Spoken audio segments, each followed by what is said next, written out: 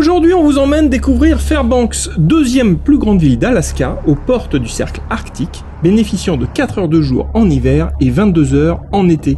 Bref, bienvenue dans le Nord, le vrai. Cette ville de pionniers va connaître plusieurs périodes de développement et c'est par le Musée du Nord, situé sur le campus de l'université, que nous vous invitons à les découvrir.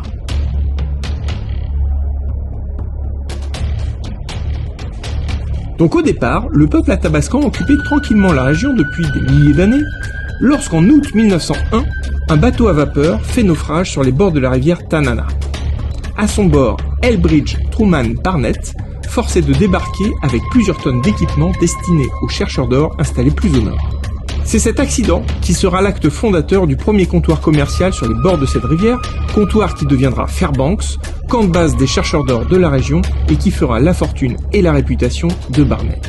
La ruée vers l'or est donc à l'origine du développement de cette ville et plusieurs attractions vous proposent de revivre l'expérience de ces chercheurs d'or en quête de nouveaux filons. Nous avons donc cédé à la tentation de devenir millionnaires en suivant une formation auprès des Gold Daughters, 3 sœurs descendantes d'une longue lignée de chercheurs d'or et qui proposent une expérience plus touristique qu'autre chose, d'accord, mais néanmoins excitante. Surtout lorsque, après de longues minutes à filtrer un tas de cailloux dans une cuvette en plastique, finissent par apparaître les microscopiques pépites d'or. C'était plutôt rigolo.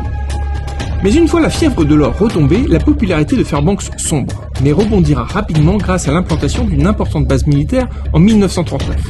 D'ailleurs, une statue en plein centre-ville, représentant 2 aviateurs, l'un américain, l'autre russe, regardant dans la même direction, rend hommage à une période un peu oubliée de la Seconde Guerre mondiale.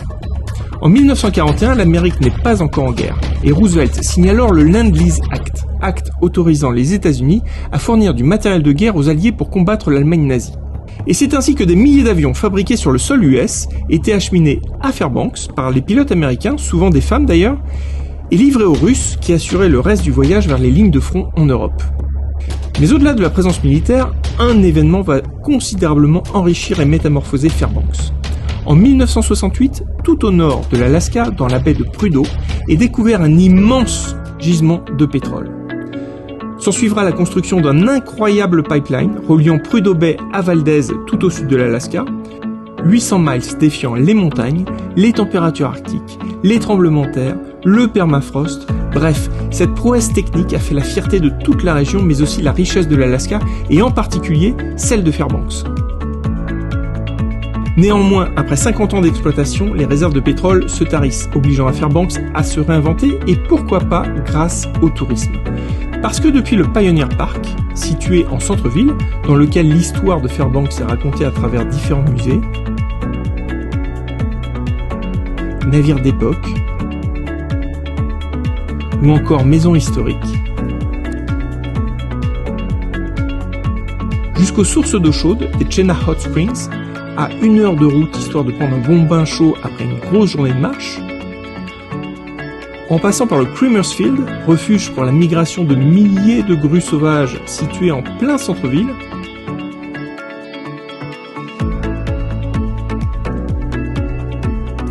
sans oublier la célèbre Dalton Highway, route mythique vers le cercle arctique et la baie de Prudhoe, la région de Fairbanks ne manque pas d'atouts.